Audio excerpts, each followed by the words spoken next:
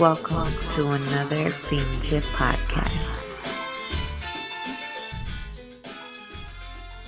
What up, everybody? We're here with another Pinche podcast, and my guest this time around, and for the first time on my podcast, I got ChinaMan, the hop host. ChinaMan, how's it going? Man, I'm blessed, man. I can't complain. So, can you give us an introduction and tell us a little about yourself before we get started? Well, first and foremost, if anybody's seen any of my, my live hop reports, or if anyone's attended my, the hops that I host, I don't do anything without thanking the Lord first, man. So I got to thank Him first for number one, making sure we made it this far through the day, and man, prayers and blessings to all those, who follow you and who love the hop lifestyle, and Lowrider lifestyle, man. So I'm gonna pray for y'all. Y'all pray for us. Um, been hosting hops now for 9 years, and I've been a hopper off and on. When I first joined the Majestics Worldwide Car Club, that's how I started. I started hopping cars back in the late '90s, like '99 to be exact, and so just fell in love with it, and glad to be a part of it still, but just from a different the different side of the hop pit. Yeah, yeah, on the mic, Yeah. definitely. So, a couple weeks ago, you had Vegas, and so I kind of want to get some insight on that for you behind the scenes. um you said just get some insight in regards to that. Well, like how you get ready to go to this weekend, one of the biggest weekends there is every year. Man, you know what, I'll be honest, most times, you don't have to get ready, right? Mhm. Your adrenaline is pumping. We've been talking about it for 6-7 months. Um and so for me, it's very rare that I have to really get ready, Mm, for the Vegas weekend, because I'm already so amped up and motivated.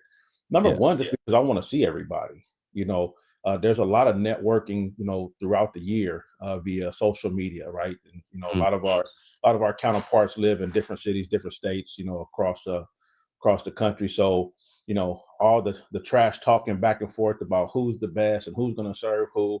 yeah, I'm not a part of that, but I'm a part of it because I get a chance to look at it like, oh yeah. So, and I kind of use that.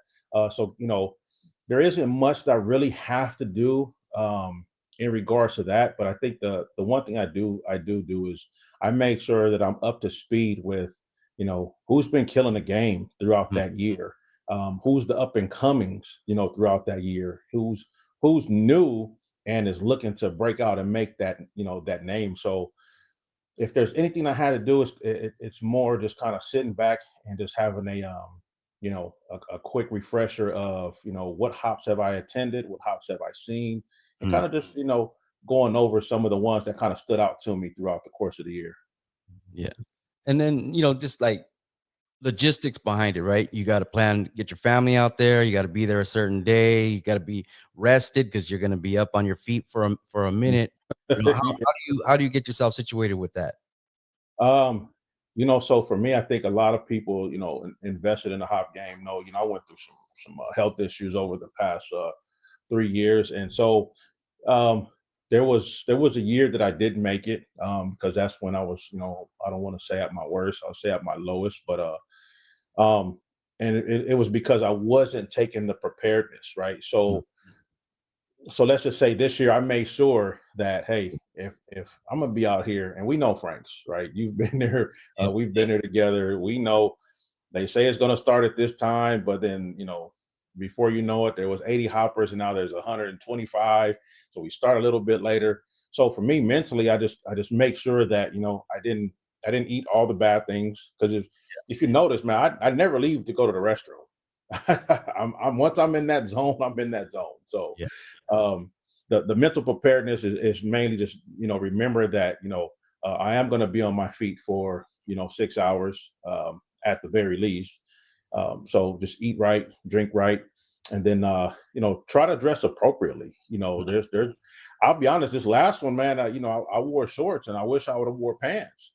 oh yeah, But it was a bit chilly out there. But um, you know that's just a part of the hop, knowing that this trip is coming up. Like, we're already looking forward to next year, and Yeah. I believe next year was being talked about. It's going to be in September. So a good friend of mine who passed away recently, Big Ray, uh, from the San Fernando Majestics.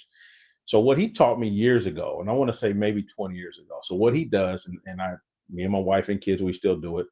Anytime we spend money and we get change, we come home, we take that change, we drop it in one of those big Arrowhead water jugs. Yeah. And that money right there, we cash it all in, and that's just like your little spending money.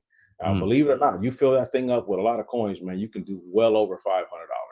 So we're doing things like that because, man, if I don't have to give kids, give the kids the money to not be bored, and Yeah. go out there and get what they want to get, that's one way.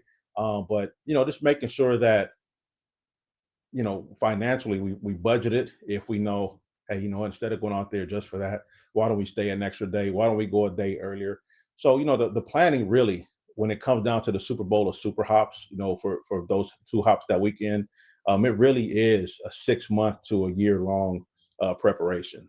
Yeah. So being in the hop this year, I like I said, I wasn't there, right? I didn't go last year. I was there, and you were saying the weather was different because I remember it was hot like at 3 a.m. last year. Yeah. Right? But Yeah. when it ended, I was still sweating. And Yeah. it's like, and then trying to find a bottle of water or anything, like just Oh, any, man.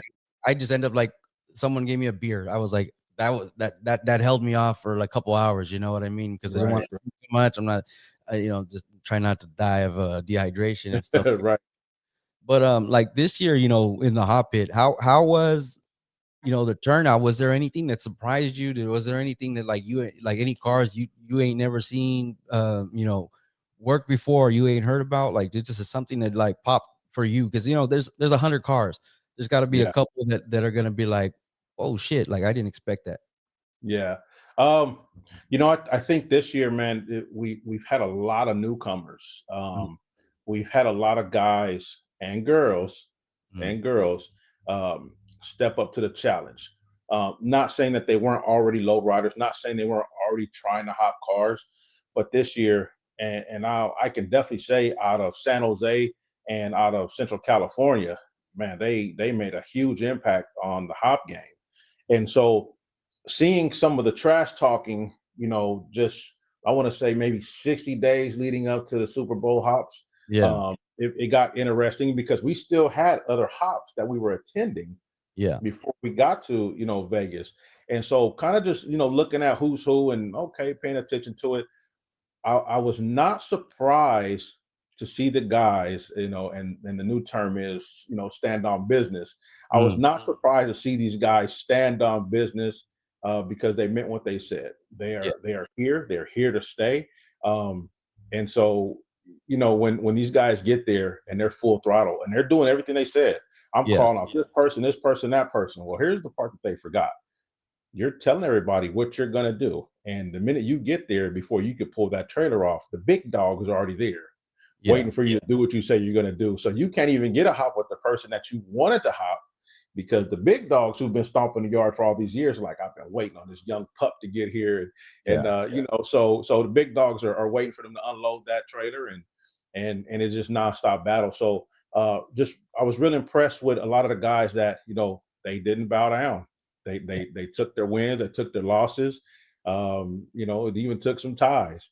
But I yeah, want to say what I really enjoyed the most, maybe not so much surprising, mm, because it's been really taking shape for the past few years.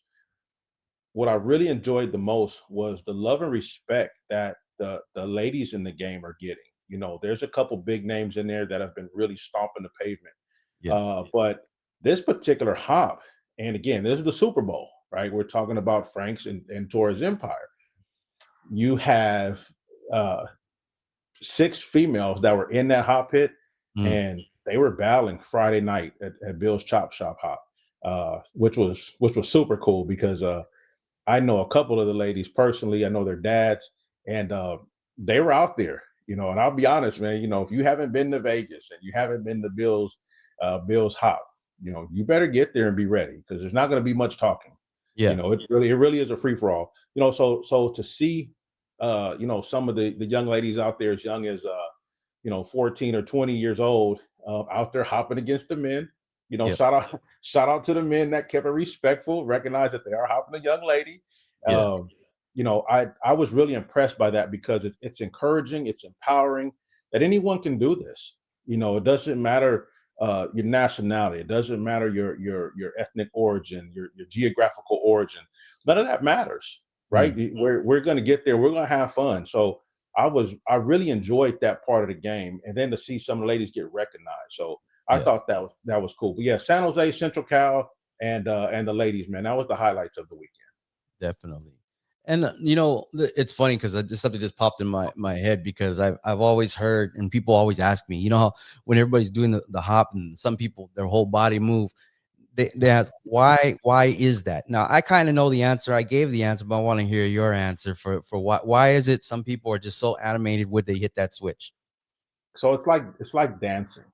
You got to catch the beat, Mhm. and if you can't catch the beat when the beat goes boom, and you don't dip, then by the time the beat comes back around and go booms again, you're dipping at the wrong time. What's the same thing like hopping the car? When that Yeah. car goes up, and it's opposite. See, a lot of people don't know that Mhm. when the car is down, when the car is up, we're already holding the switch down. We're already releasing the pressure out of the dump, right? Mhm. So when that car comes down, there's no pressure in the line, and we're hitting it back up as soon as the car touches the ground. We're hitting it back up, so it's reversed. And so there aren't very many people that are going to stand there and just do this. They're not going to just do this with their hands. So Yeah. because at the time and have to catch that beat, and so it becomes like a song. And Yeah. there was a video I watched last week, and I was saying on one of my lives that if you watch this video, what's so unique about this video, the young man Josiah, we call him, Majestic Money Jojo. He's actually Mhm. hopping a car. If you just tune out all sound and listen to just the car hopping, every time he hops the car from the door, it sounds like cha-ching, cha-ching. And so it really becomes a timing thing and a beat thing. And that's why you see so many people just trying to, catch that rhythm. And some people go to the left, depending on, what hand they are. And, some people get real theatrical. I'm not going to say no names, but, some Yeah. people get real theatrical and, throw their pelvis into it or kick their Yeah. leg out. So, I find it hilarious. I don't even remember what the hell I do. I probably shouldn't remember. Yeah. I think well, the last car I seen you hop, I think was the tan Lincoln with all the patterns. Oh yeah, yeah, yeah. Oh yeah, we were Stockton maybe or It was either Modesto. I think it was like Tulare or no, it was like a Turlock or something like that, I think. Turlock, yeah, that's right. Oh yeah, that was in 2000, I think 2020 or something like that. 19 or 20. Yeah, there's And, something like that. yeah. And then Yeah. I remember when they moved King of the Streets when Young Hog was still around and That's you it had right there. yeah, yeah. And Yeah. you had the black the Lincoln. I think it had like purple stripes or something like that. Yeah, the Black. Lincoln Town Car, it was black. It was when we were over there by all the industrial abandoned buildings. No. So uh that no. That was actually a car I beat. Oh, was it? Yeah. I was hopping the blue luxury sport. Oh, that's right, that's right. Yeah. I Right. was hopping. I got the picture here. I was hopping the blue luxury sport, and Okay. yeah, no, that was a car I beat. Hey, shout out to whoever that was. Yeah. But, you basically, taken the reins from, like, Young Hog, rest in peace, Young Hog, and the people that came before you, what do you when you look at that, you like you said, you started the hop game in '99, and there's been many years. Like I busted this out because I wanted because we're gonna talk hopping, Mhm. and I used to watch these videos. I throw these on my TV and I'd have house parties, Nice. and right here, OG Rider, all this stuff right here is what got me into doing video and with the cars. But I've been a big advocate for YouTube and stuff like that, and Obviously, because I've been trying to do all these things, car shows, hops. I can't always be somewhere at the same time. But Right. a lot of people, and I get it from a lot of people on YouTube, because there's a lot of people just watch this. They don't know what's really going on, or maybe they don't even never been to a real car show. There's Right. a certain history involved with the hoppers. What, and the biggest question I get is, and then when I had asked you, a few months back about being on the podcast, but one of the subject I wanted to get to is people go, well, why? Why do you hop a car? Like, and where did it come from? And it's like NASCAR came from the bootleggers racing, right? But hopping, Right. and we all know, like, back in the day, hoppers were just, if it got like 2 feet, it was like the baddest car around. But for Yeah. you, what history do you know, or do you believe, like, where it kind of stemmed from, and then where it's at now, and what have you saw growing up? I'll be honest, man. Just watching before I was even hopping cars. Um, I wanted to be a lowrider, and Mhm. so I think nobody is involved in low riding or in the hop game that wasn't infatuated with low riding. And I think in order to be in the hop game, you have to be infatuated with low riding first and Yeah. foremost. And I don't think to date I've met anyone that has a hopper or have had a hopper that hasn't had a low rider. So I think number one, let's not, I think we all know um, the hopping portion stems from low riding. And Yeah. then just conversations, since I was a kid, getting into my early 20s, the hop thing, and I think the earliest that we saw it was I think it was Boulevard Nights, if Mm. that was the movie. That was the first time a lot of us, actually seen hopping. Um, my dad was an old school lowrider, and he never talked about hopping. He talked about if you can, the competition was if you can lay it on the quarter, it laid right. Yeah. Which was just absurd to me. Like, man, I'm not laying the car that low. Look like you hugging the concrete. That doesn't Yeah. even look good. But at that time, in the 70s, you had guys that were doing that. But ultimately, I think with conversations through many people throughout the years, the hop thing is just, like just being in the hood, Yeah. or like working for that corporate job. Who's the man? Yeah. Who's going to be the man, and how do you become the man? Yeah. You find another way to show up and show out. And Yeah. so I think that's what we saw initially. And there's many different ways you can label that, but yeah, trying to hop a tall can, that's been something that's been talked about for at least 40 years in my ears. Mm. So that's where it started. And then obviously, well, how high can you go? And Yeah. so, and I'm from Southern California. And so that, uh, in many people's eyes, including mine, that's the mecca of low riding. Mm. If you've been anywhere, if you want to go anywhere, Crenshaw Boulevard was the place to go.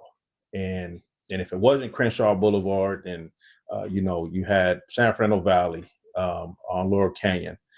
Before Laurel Canyon, it was Van Nuys Boulevard Mm. and San Fernando Road. But then you had Hollywood, you had Whittier, in Oxnard, California, you had Xavier. So there was many different places, but on all those boulevards, you had somebody trying to pull up to be the highest car. And Yeah. so it progressed. And I'll be honest, like that's how I met Big John. Mm. I met Big John in 1996, and I'm not gonna say it wasn't friendly, but Big John then was already from the Majestics, Mm. and I think he was like 18 years old, and he had a hot double pump Regal, or maybe it was single pump, but it was blue, purplish blue, white top, and he was on Laurel Canyon, and his car was jumping higher than everybody else's, Yeah. and again, this is 1996.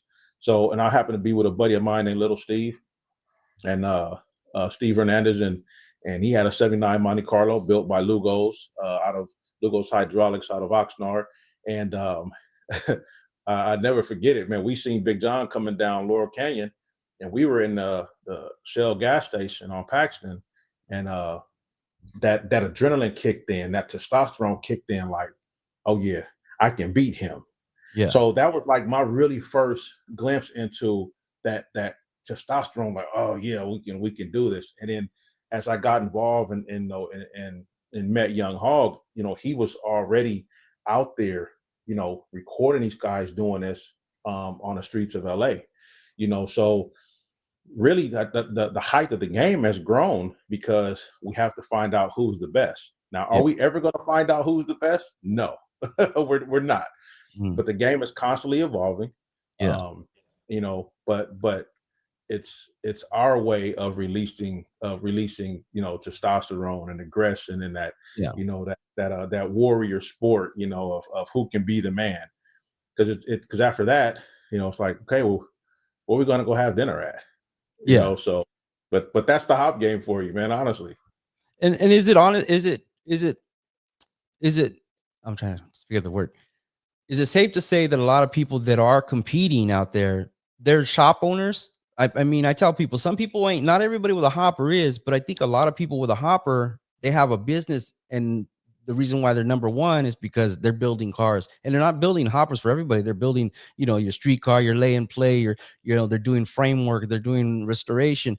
But a lot of times, if you really look at the big names in the hop game, they got a business that they're basically promoting. It's like, Right. like Chevy wins NASCAR, so promoting Right. Chevy, right? So like you said, Big John, all this stuff. These guys have shops. These guys, that's what their business is. So is it safe to say that a lot of this also has to do with being able to say, look, I built one of the best cars and I'm winning, so get your car done by me. I'm gonna be honest, man. No, No. you'd be surprised. You'd be surprised how many guys literally come out the backyard, Mm. didn't go to a shop, and are good at what they do. There's a lot, Yeah. and I think, again, that's just one of those things that kind of incites that warrior spirit, because they know, I have a shop, so I know I'm good at what I do. I do this for other people. And then this Yeah. guy comes out his backyard and it's like, oh, okay, I gotta go knock him down. But then you have that head up hop, and it's like, oh, this guy's out the backyard. Yeah. And let's be honest, those who are fortunate enough to be able to afford a business Mhm. and retain customers, Yeah. they're good at what they do. That's their forte. They're able to do it. Not Yeah. everyone has that ability. You know what I mean? And we don't know people's backgrounds. Mhm. So the guy in the backyard, unfortunately, we're going to respect the guy that came out the backyard just as much as we respect the guy with the shop, because Yeah. everybody has a different background. But that does add to the sport, because okay, this guy in the backyard is not going to beat me, Yeah. So and the guy in the backyard wants to beat the guys with the shop. But all it comes down to is just knowledge. It doesn't matter if the car was built at a shop, the car was built at the backyard. Yeah, is there more security building a car at a shop? Sometimes there is. But a lot of times, man, if it's the local homeboy and that's what you can afford, then that's where you go. Yeah. Yeah. Well, I think it comes down to ingenuity, right? Absolutely. Yeah. Absolutely. Again, it's a lot of knowledge. There's a lot of knowledge that's shared over the course of years. Um, take this and do this, and then this person says no, don't do that, and then ultimately you have to find out a lot of times on your own. Well, both of what they told me didn't work. What can I do? And that's where the ingenuity comes in. You now have to be that guy to create the performance that you're looking for, whether it be pressure or Mm. quickness or response. So again, there's pressure on both. There's pressure on the shops, and there's pressure on the guy who came out the backyard. Yeah. I was a backyard guy for a long time. No, I So think it's fun. I think it's fun messing with a car and doing it on your own. I mean, some people will swear by it, built not bought, right? And then we had a little technical difficulty, but we're back. So getting into all I'm that, used to it in the hot pit. right? I mean, once again, it's about hop. So you have you've been doing, now you have the hop host, and um with you hosting these different events, and you get to go to different places and stuff like that. What do you have coming up next? What is the what do you want to let people know what to look for, or what you got going on right now? I got a couple things happening. Obviously we just finished up the Super Bowl of Super Mhm. House, man. That was amazing. Huge shout out to Frank and Frank's Hydraulics and his entire staff. I don't think a lot of people know what it takes to have a hop of that magnitude. Mm. Shout out to Sam Torres and the Torres Empire. Again, a lot of people don't realize what it takes to have a hop of that magnitude. And ultimately, man, shout out to the hoppers, for Yeah. just wanting to be a part of it. We talk so much about earning respect in the hop game. Yeah. And so when you have hops like that, there's one that always piggybacks off another one. So the next big hop uh, that I have coming up, well, so my next two events, I have the Majestic Sacramento chapter, which is my chapter here in Sacramento, California. Mm. We have our New Year's Day picnic. And so, I'll be tied up, logistically with that and preparing for that. Yeah. But hop wise, we have the massacre, and you know, the massacre is its own beast. It's its own entity. We joke with Frank all year long about how uh, you know the two hops are so different, but so much the same. Yeah. And at this hop, it really is about you know, that year-long grudge match. Yeah. You've been having back and forth hops with a guy all year long, and he beat you once, then you beat him, and then you guys tied, and it just goes back and forth because again, we're jockeying for position. We're trying to figure out who's the man so we can beat the man. And a lot of times you're gonna run that same fade, that same hop, 10, 20 times in a year. The massacre is where you finally put it to bed Yeah. you know so if Rick and I were hopping you know 19 times and you're up one, I got the Yeah. opportunity to try to tie you. Yeah. So or if you're up one, you got the opportunity to finally put the nail in the coffin. That's the massacre. It's Yeah. in Big John. I think everybody notices and sees Big John's I don't give a damn type attitude when it comes to this hop game. His daughter said this in the hot pit back in 2019. We were at Frank's. And I don't know what happened, man, but Big John was hopping somebody's car, and it's like he just lost his damn mind. It was just going crazy on a switch. He turns around, he's like, I am the hop game. Oh shit. And that reminded me of Triple H, Mhm. right? So I said, that's what I'm doing. That's what I'm doing. That's his moniker now. I am the hop game. Mm. And so that's just who he is. And there's no secret. He lives it, he loves it, he breathes it, he swears by it, Yeah. and he's diehard with it. Well, this hop, is called the massacre because we're coming to kill all the competition. And Yeah. so this is the hop where we dare you to complain. We dare you because Team How High is a deep team and Yeah. they will pull out every car on you, that one car. And I've seen it, I've witnessed it, where they'll pull out that whole team just to shut you up.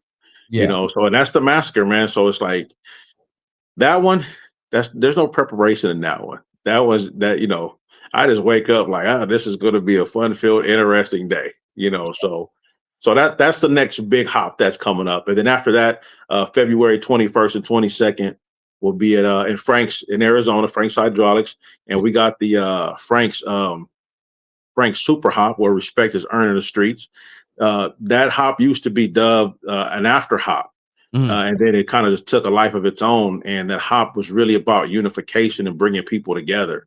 And so for the past 8 years, it's taken on um, its own life, its own entity. It's become that. It is that big of a hop, separate from the Super Bowl hop, but it's definitely one of those hops where if you're trying to be somebody in the game and you're trying to get respect and make your name, then those are the hops. So I have those two hops coming up. And for the people that don't realize is, I mean, pretty much some of these major hops are going state to state, and Yeah. you got people there. I mean, I talked to uh the what's the gray 62, the Oh, Andres from Good Times. Yeah, with Pinky. He rides with Yeah, Pinky. the Murder Hornet. Yeah, the Murder Hornet. That's it. Yeah. So he says, I traveled 20 something, what he said, 20, 30 hours for 2 minutes. Yeah. 2 minutes in the hot pit. You know, and I think a lot of people don't get that. You know, like that's really what it comes down to. Them 2 minutes, them hitting them inches, and boom, shutting everybody down. But they travel all They over travel. different states, these major hops. Palmdale High School, right? Massacre. Yeah. Yeah, this year. And then Arizona, you know, you're going to have Frank's, you know, and you're going to see the same cars there. You're going to see different cars there, but Yeah. everybody's moving, you know, and the logistics behind it and the money behind it and the trailering and everything and getting these cars ready and all the extra parts they got to take with them just in case. Yeah, it's a lot. It's definitely a lot, man. I'll be honest. You know, I salute the guys. I respect the guys that live it and they do it.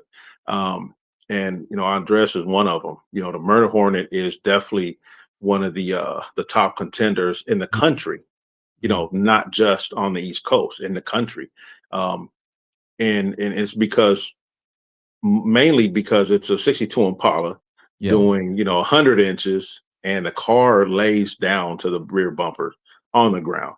Um, Taking the time to figure out those dynamics on how to do that, where most guys wouldn't, because they're like, I'm not going to drive a car that's doing 100 inches. But then you got some of those guys that are just diehard like that, and they're like, I'm going to figure this out. And then for the car to go and perform the way that it does, you know, it's amazing. And yeah, he's absolutely right. 2 minutes in the hot pit. Yep. And here's what's even crazier. They drive 30 hours for 2 minutes of hot pit, 2 minutes in the hot pit, and then when you talk to these guys, you talk to Pinky and talk to Matt of Team CCE, those dudes, they'll tell you, man, we're $2,700 in gas, and I'm like, I'm like, wow, you know, $2,700 in gas. Hey, that's you know, my hat's off, just for a bunch of pictures of you competing against the West Coast big names. Yeah. And I'll be honest, man, again, it all goes back to is who can be the man. Yeah. And so if you know that you built something that is worthy of competing, you're gonna want to compete. You know, the West Coast being the mecca of it all, you're gonna have a large variety of competitors. Yeah. The East Coast, the Midwest, they don't have the amount of hoppers that the West Coast has. Yeah. And so that's why they travel, you know, and I salute those guys. You know, I was speaking with Josh Mancha of the Mancha family out of Texas, representing Team Tejas. And I told him this morning, I said, man, I missed you in Vegas, you know, so I just wanted to send my love and respect, you know, to you and the family. And you know, his son is getting ready to be Division I. And I said, you know, let your son know I'm cheering for him. And you know, definitely send my regards to your wife and your dad. And he says, man, you know, my son had a championship game the weekend of the Super Bowl. So that's why I wasn't make it. He says, but I'll see you at the massacre, you know. And again, it's that level of competition that is going to bring people there. But it's also the camaraderie. It's also the respect for one another, the joy, and yeah, it may only be for that day or that weekend that we get a chance to spend time with each other, eat with each other, break bread, you know, drink beers and clown and have fun. But then that's when guys like yourself, you know, and your entity and the other lowrider media personnel are such a huge impact, because if you guys aren't there exercising your craft, you know, exhibiting what makes you who you are, taking, you know, those timeless pictures, you know, that perfect shot, you know, that 30-second video, without the media personnel to highlight that backyard guy, you know, or that shop guy, where would the customers come from? You know, where would the thanks and praise come from? And that's why, you know, I use my platform to highlight guys like yourself, because you guys are so vital, you know, and I don't mean you guys in a separation, but not anybody can have a cell phone and have that, you know, that cell phone media type atmosphere. But some of you guys go above and beyond, and you do a lot to highlight what the hoppers are doing. And so, you know, yeah, it's a short amount of time to travel so far, but you know what? Those priceless pictures, those timeless moments of man, you know, I take the pictures, you know, Yeah, I use a cell phone, and to have those pictures on the wall, you know, I remember that moment, and so again, that's why it's such a highlight, and that's part of the reason why we do it, man. Because what if I don't get a chance to see this guy in the next 3 4 years? absolutely. You know, so I salute the guys, man, that really live it, and women, of course. Yeah. Well, I mean, when it comes down to it, like I was talking with another photographer and I said, what you may watch, so you may watch the video, let's just say you're going to watch the video of the massacre. I'm going to put up a video. I'm going to do YouTube. You're going to watch the video. Let's just say the video, total video is an hour long. That just means I stood there for about 5 hours, right? And Right. so going back to it takes a few minutes for the hop, but getting the cars, moving them out, getting the media out the way, getting people to back up, people getting out of the pit, car breaks down, trying to get it out the pit. I mean, look at what happened in King of the Streets, right? You had a car catastrophic breakdown in the Yeah. middle, right? Man. Cameras where everything was happening, and you just bottleneck the whole thing. Anything can happen when it comes down to a lowrider, period, not just a hopper. But Yeah. there's so much that goes on behind the scenes. You have to have patience. And I think like dealing with me, I'll go last year at Frank's, right? There was freaking photographers jumping in front of us and everything, and all the people that already like we already know what to do at a hot pit, right? And you Right. have respect for each other. But we're like, all the new people are like, they're like running and jumping and taking Yeah. pictures, and they're like right and like, whoa, what are we doing here? But and it's funny because said, right? Yeah. You know, I ain't gonna lie, I was like that in the beginning too. But he tapped me on the shoulder. He's like, "Hey, you can't be in the way." And I'm like, "You know Yeah. what?" And it really did make me think, okay, I better, yeah. Like if I see somebody, I'm gonna duck under their camera, or I'm gonna try to walk around them, or we're walking, we're trying to walk different ways. You see, and you lift the camera, you're not walking right through people's shots, Right. and I advocated for this when it came down to YouTube years ago. The reason why I started with YouTube was people were trying to say, oh, lowrider's dead, it's dying, especially in the San Jose area. And I'm like, nope. And I just had a little camera and I started putting videos up. But you're right. The next generation of people, the amount of kids and stuff that come up to me, and people say, my kid watches your YouTube, my grandkid is saying pinches lowriders, and we all know that means fucking lowriders. And I'm like, oh, I've always got to apologize. I'm like, I'm sorry. Be that catchy for the kids. But you guys are the people that are doing the hop and stuff like that. You are inspiring kids, and when they learn, how do you do that? Once again, I think before we had a little technical difficulty. We're talking about it's ingenuity, it's Right. brain power, it's people are doing math, people are Yeah. testing things. And it's, you know if you've ever been like into Legos or anything like that, you're gonna want to tinker with a car. And if Absolutely. lowriding lowriding is a great example of how you can do that and create things and make things happen that Yeah. not, you can't just do on an everyday scale. And even with the little remote control cars, the red Yeah. cat, it's like, okay, everybody's getting a lowrider, but then now if you really look at it, they're just putting their kid on a switch on a real car. Yeah, on the real car. And Yeah. again, that's the elevation of the game. Mhm. Where yeah, I can go spend $500 and get one of these remote control cars, and I can invest another $500 and make it really stand up and be on the bumper. But I said it in a video that came out today on the Hot Post page on IG. Mhm. Um, and I was being interviewed in the hot pit, and the gentleman asked me, what like pretty much what makes the hop game special, and I was telling him it's evolved. Yeah. It's completely evolved. There was a time when I first started low riding, back in '94. When I first started doing this, there weren't very many families involved. Mhm.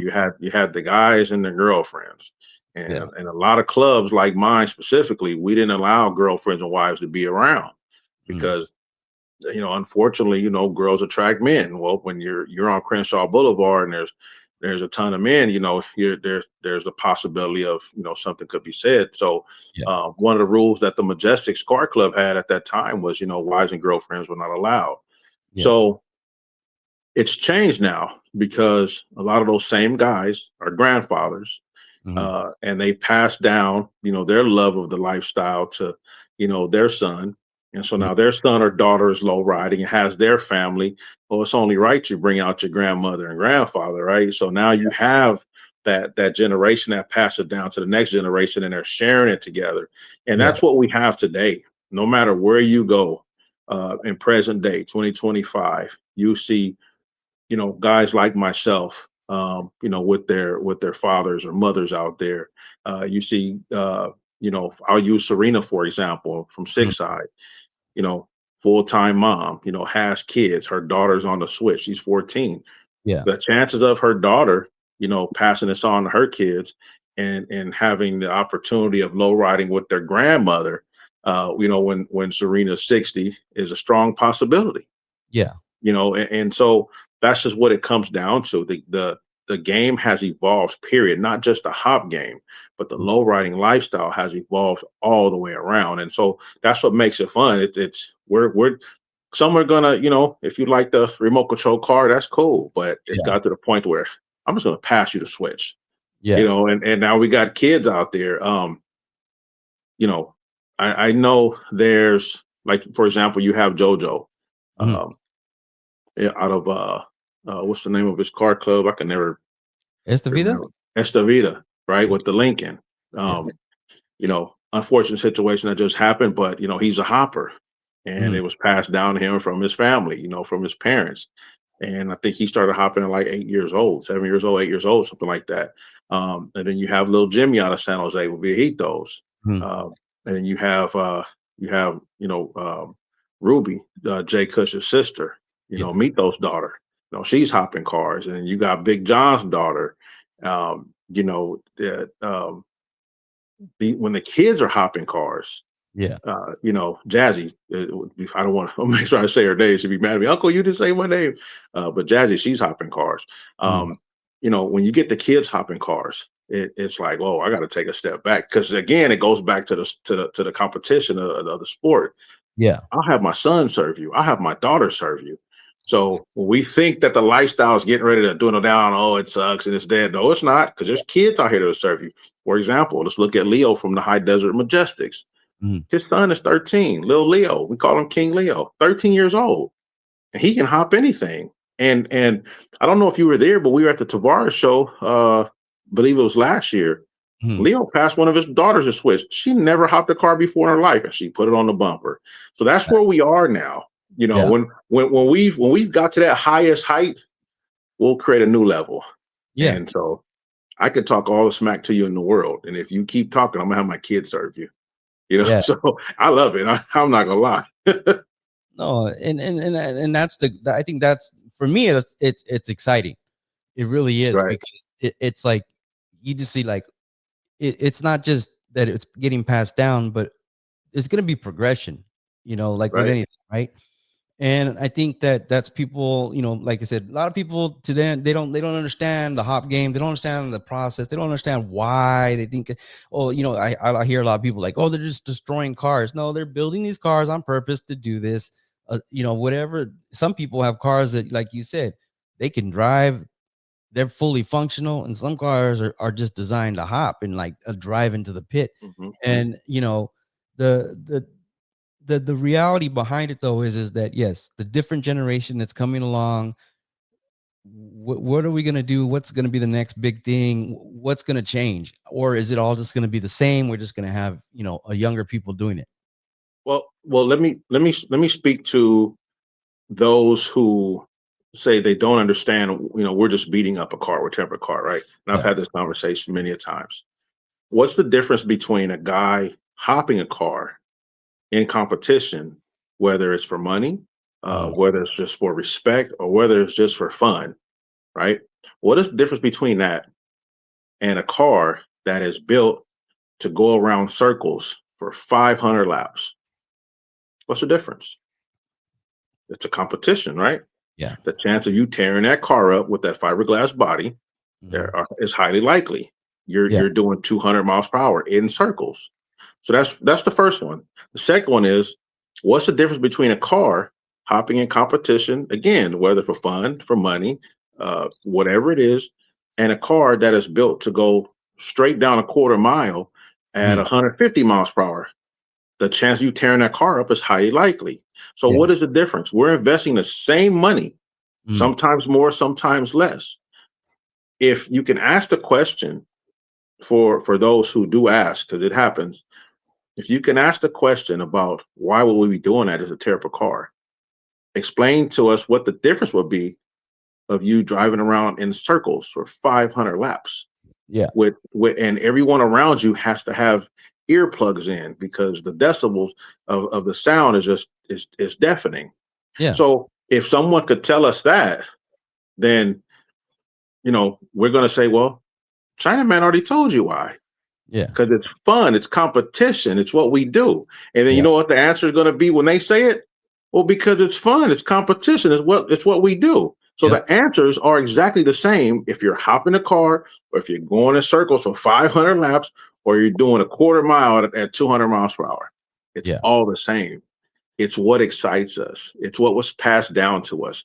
No one was sitting in a library one day studying to be a rocket scientist and said, I think I want to just go put a car on the back bumper and do 150 inches. No, it was passed down to them. Yeah. It was something from one of their family members that took them out, took them somewhere and said, I want to do that. It's the Yeah. same thing. It's the same thing with anybody else across the country where NASCAR is really big. Mhm. So it was passed down to them. And the answer always comes back to the same. It's the competition, it's the love of the sport. And these days, at least in hopping, and it's the family atmosphere that's involved. Yes, it gets a little, a little chaotic. Yeah. It gets a little what's the lingo? It gets a little turned up. Yep. But like I said, when we're done turning up, we're gonna slap high fives. And I always tell everybody, man, you guys can argue on Facebook, you guys can argue on Messenger, do that stuff later. Let's get back to the hop. It's the So WWE of low riding. That's really what it that's exactly what it is. And the only difference is, man, some of this stuff ain't staged. This stuff is the real deal. Trust me. I've literally witnessed some things where I'm like, that's not possible. And it became possible when I seen Skeet's car flip over. Street Fame built this car, and the car literally is registered to hit about 150 inches on a standstill. Mhm. And when that car flipped over last year at the Torres Empire Hop, you know, I've heard it being done before, but Yeah. was it done at the magnitude, the force, and speed that this car was done? And the answer is no. No. The difference is the first car that did it back in the 80s went up and was literally like on an elevator, went up super slow, and it Mhm. kind of just fell over. Yeah. I What think we do? it took what 1 or 2 licks for that car to flip?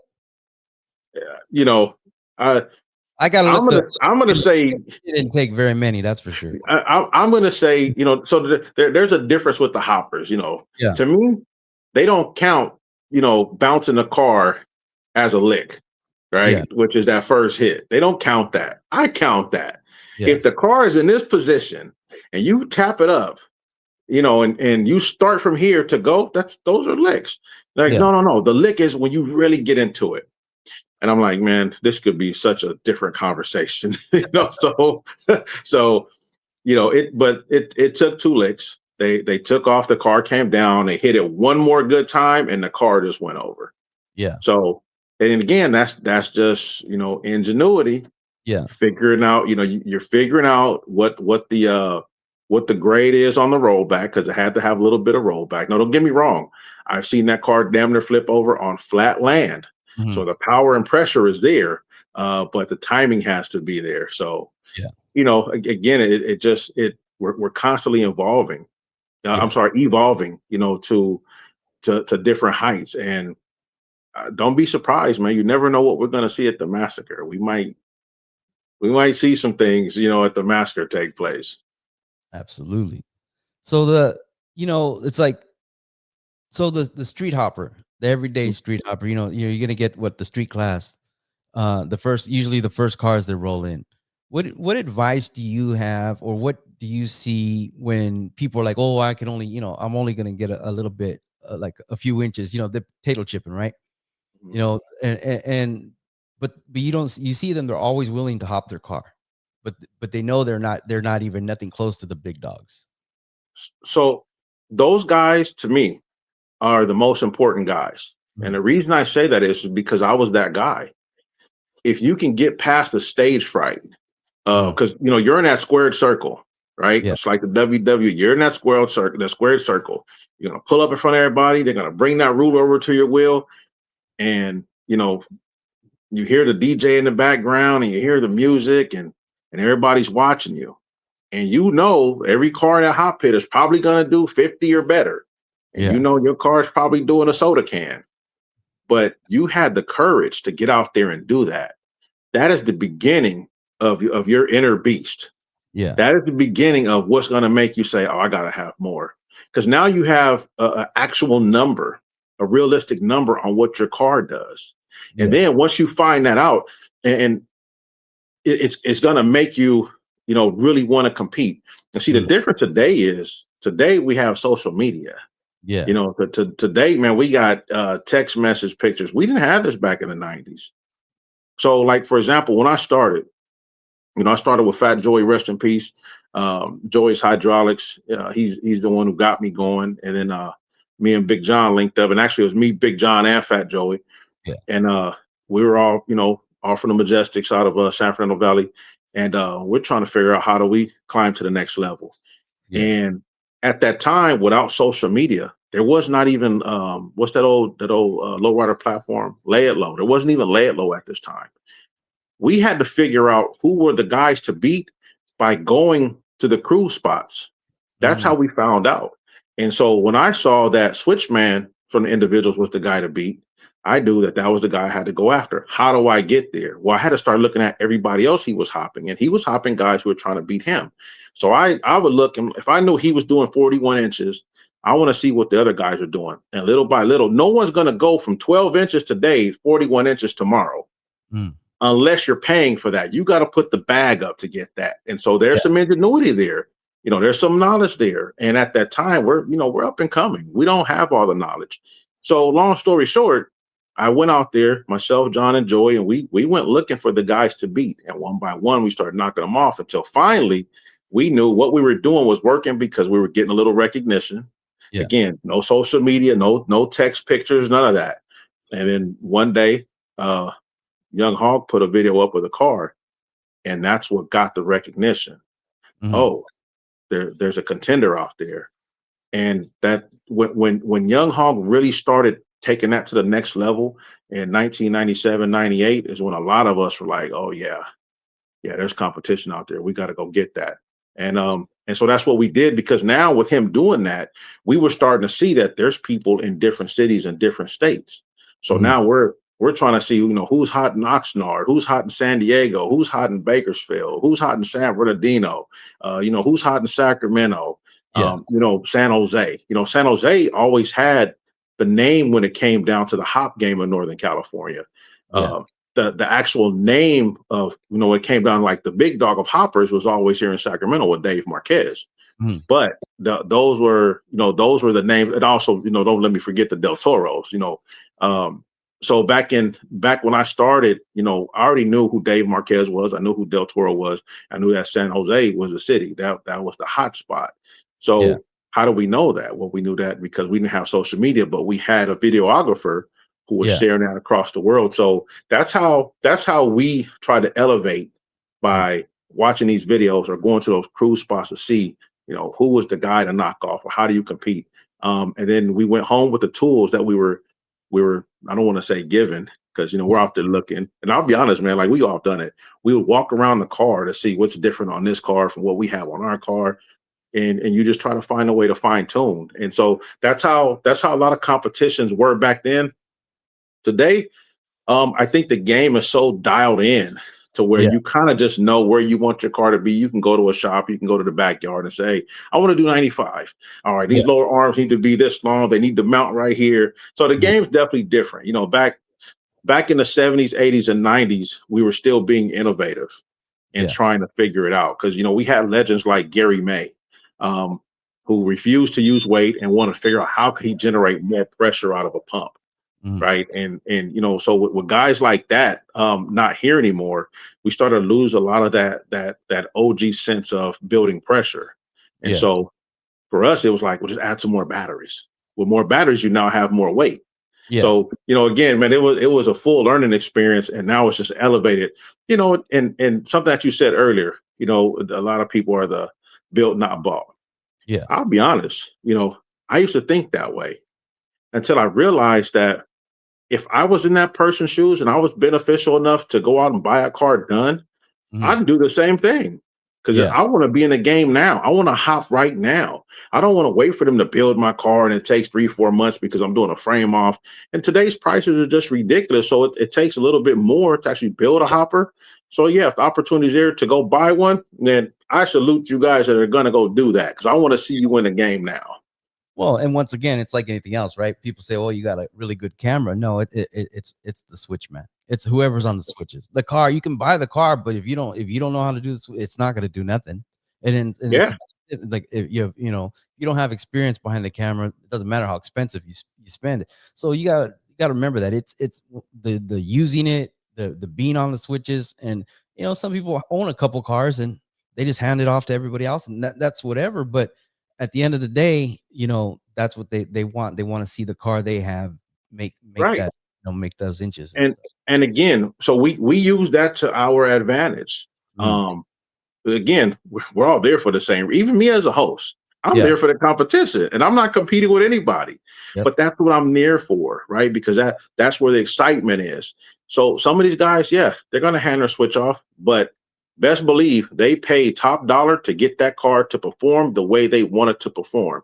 Absolutely. So if their enjoyment is all these guys are getting ready to lose, they don't have to hit the switch. And I'm going to respect them the same. Now, the flip side to that is we are going to say, so you're not going to hit your car. So you paid all that money to let somebody else enjoy it. But the fact of the matter is they enjoy sitting back, just being the man, just because their car's beating everybody else. Like, I paid whatever it took to beat all you guys. You can't take that away from anybody. You can't. You have to respect it, whether you like it or not. Now, is it a notch on your belt or a stripe on your sleeve if you're hopping your own car? Yeah, it is. It's a little bit more fun. I personally think so. Like, I'm not going to hand my switch off to nobody. I'm not. Well, in the very near future, I will, man, because I'm actually building my daughter's a hopper right now. Yeah. So. Well, I take that back. I'm not going to hand my switch off. I'm going to ask them for their switch. Like, I want to hop a car too. Yeah. Well, but you're going to have to be the one to roast them then. Oh, I am. No. Look, you've been to many of the hops, man. There's no favoritism here. There's not. I love everyone in the game. If I showed favoritism, I wouldn't have lasted this long. And I'm thankful that, I got my start with Frank. There was a situation that took place and Frank said, "Hey man, I'd like for you to come, host my hop. You've been in the hop game for a long time. And, I think you would be the perfect person." I said, "Cool." But, no one is safe. No one. And so if my daughters get out there and they blunder, I'm going to talk about it, and, again, because they have to understand, we're all here to have fun. There's so many kids that are in the crowd these days. Yeah. And that's why I try to be very mindful of what it is that I say when I'm on the microphone. Yeah, we're at the Super Bowl. I might let a expletive slip out. And I'm sorry, kids. But as a host, I have to think about the people that aren't a part of the lifestyle. What if, let's say your mom, right? You bring your mom, your dad, you bring your family, and they've never been to anything like this. The last thing you would want is the hop host out here cursing up a storm, talking like we're at a 2 Live Crew concert. Yeah. It's not what you want. Yeah. So I have to be mindful of that. Not everybody is invested into this lifestyle the way that you and I are. Yeah. And there's a lot more kids today that are invested than we can possibly imagine. So yeah, I'm gonna make it fun for the kids, man. If my daughters get out there and they blow something up, best believe the crowd's gonna hear it. But then they're gonna hear about it on the way home. you know. Yeah. So, but, I love the game where it's at right now. I just told Frank not too long ago. I heard someone say, "Man, the hop game sucks. It's no longer what it used to be," and they're 100% correct. It's not. No, but it's It's more. not. It's so much more. Look, when you have a major network reaching out to lowriders to say, we want to be a part of your lowrider parade. We Yeah. want to broadcast that live. We want to broadcast our hop live. No one can say the hop game is in a bad place. We No. are in a very good place. And maybe some of the older heads just don't understand it. But when the older heads start producing pictures of their 7-year-old daughter or 8-year-old son hop in the car back in the 70s or 80s, then we'll give them that credit. But Yeah. we're doing this now. Why? Because it's fun. It's a sport. It's a lifestyle. It's whatever you want it to be. And when you're done with it, well, where's the nearest Texas Roadhouse? Yeah. Because that's really what it is. All right, well, we released all that energy. Let's go get something to eat. Yeah. I can't stress that enough, but that's exactly what it is. Yeah. Yeah. Like I said, I mean, the biggest thing is I like people to understand that the low riding, the hopping, all these things have evolved to a community, a family. Absolutely. And no matter where you're from, no matter where you're born, no matter what color your skin, the one thing that I've always very, very much so tell people, there's no car community like low riding where they're welcoming to every type of person. You want to have a low rider, you're welcome. And you want to just bring your stock, old school to a low rider event, you're welcome.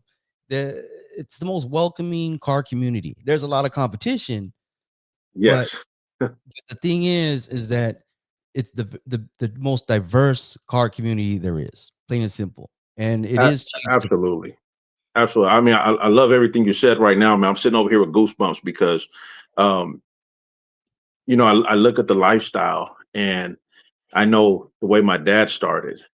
And, again, being from Southern California, he grew up in South Central LA and it was predominantly all black where he was low riding at. His best friend happened to be, a Mexican dude that was a painter. And so they collabed on a paint job, which is where my concrete rose color came from. And so you had a mixture of the two way back then. And then now it went from being just a black and brown thug sport, which is how it used to be demonized back in the days. It was a black and brown thug sport, and because it was the gangsters and the dope dealers and the pimps that were doing this, and it's now evolved to, well, you got your guys in Malibu, you got your guys in Switzerland, you got Japan, Amsterdam, Toronto, you got different provinces in Canada. So, when we talk about this level of low riding or hopping, it really is inclusive. And the reason why I was saying I was getting goosebumps, man, is because, some people don't like the fact that I bring this up or talk about it. But Kita, Leia of the Usos, great friend of mine,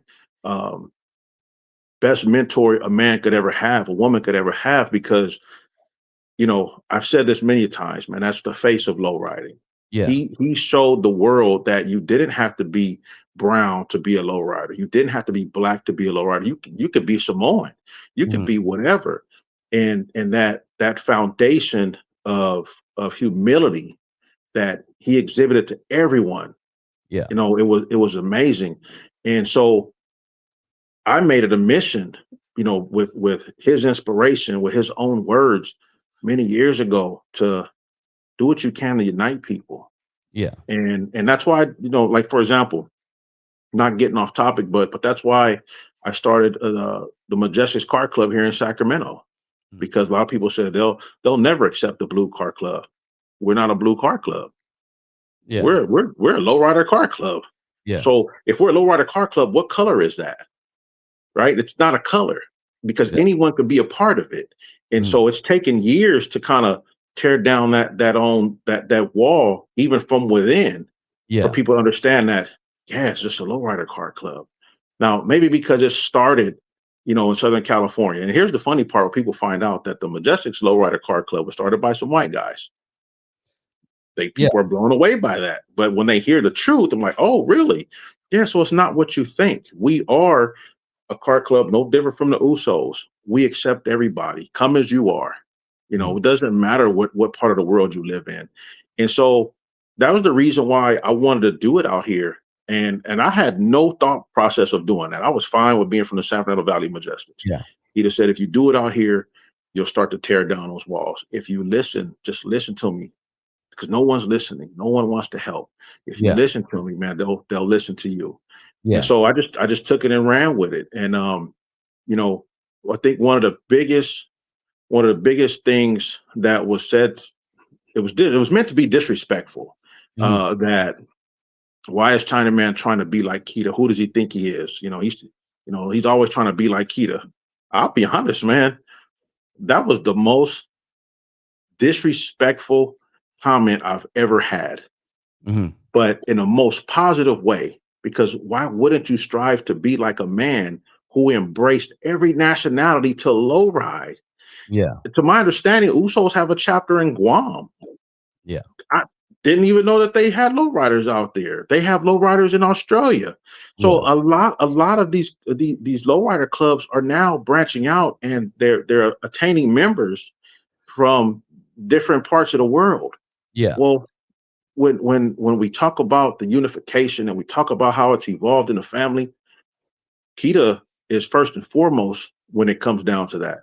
Yeah. And so that's why I do what I do. And I thank the one or two that said, yeah, ChinaMan's trying to be like him, because you're damn right I am. Absolutely. I could never fill that man's shoes. But you know what? I cared about everything that he said. And that's why I do what I do, because I'm never gonna allow his legacy to be voided. Yeah. You know what I mean? So we have to continue to unite people and bring them to the lifestyle. And that's why we're constantly passing it down, to that next generation. And it doesn't matter what color the generation is. We're passing it down to everyone. So when I'm on that microphone, I'm not talking to a little black kid. I'm not talking to a little brown kid. I'm talking to every kid out there, no matter who they are, where they're from, because that's going to be the next lowrider. And why? Because that's what Kita envisioned. So I just wanted to bring that up, man, because I love what you said earlier. The lifestyle is definitely growing. I love where it's at. I can't wait to see where we go, and I'm finally going to get my daughters involved in it. So hopefully at the massacre they're hopping their own car. I'm shooting for it. And we're going to continue to unite people, whether it's in the hot pit or in the stands of the hot pit. We want people to enjoy this part of the lifestyle, because no matter what, at the end of the day, it's still a fashion of low riding. Absolutely. Yep. And with that, we're gonna come to an end on this. But you know what? Anytime you want to come back on, you got something, let me know, and you're more than welcome. We'll set it up and we'll do something else. Looking forward to New Year's Day, Sacramento. Sure. The annual picnic.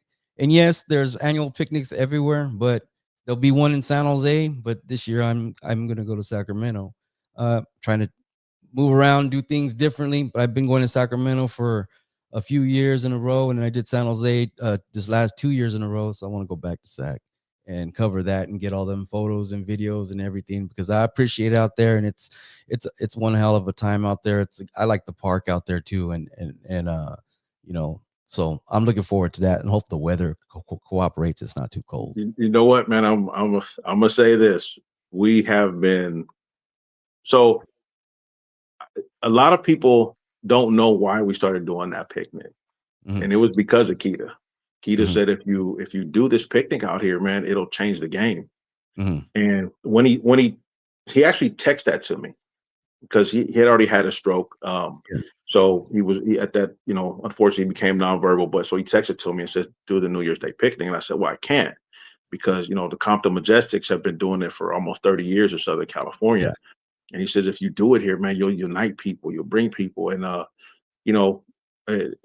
I have a ton of respect for my elders in the club, and not that they were against it, but they understood that it was getting hard for me and my members out here to go down there on a Wednesday if New Year's was on a Wednesday, and Yeah. to get right back, to work for Thursday.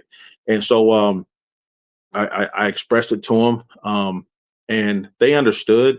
Maybe not 100%, on board with it, but they understood. At the end of the day, it's a majestic holiday, and so I had the phone call with Gangster from Compton and some of the elders, and and we did it. We made it happen, and it's united people.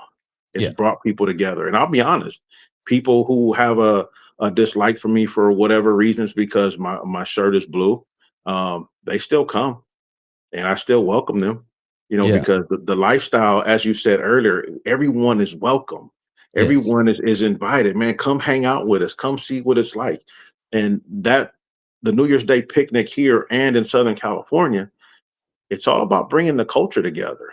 Well, let me not say culture because we are the culture. It's all about bringing the community together, as you said earlier.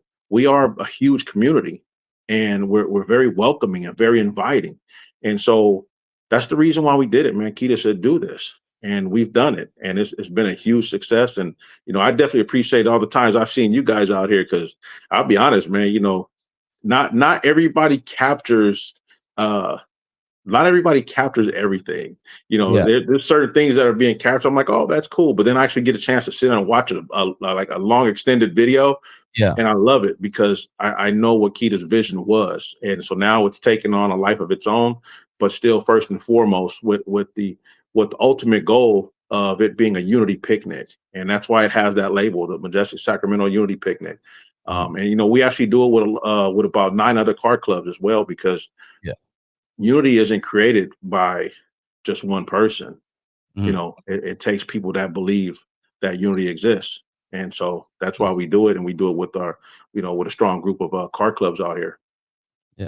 So And I definitely appreciate, looking forward to seeing you out here. definitely. And I appreciate everything you're doing. I have utmost respect for you, for your knowledge, for your history, for Thank you, brother. doing what you do. And once again, thank you for your time. Thank you for coming on my podcast. And once again, more than welcome. Need anything, let me know. Thank you, my brother. I appreciate you, man. Until next time, I'll see you on the 1st. All right. Pinches Lowriders.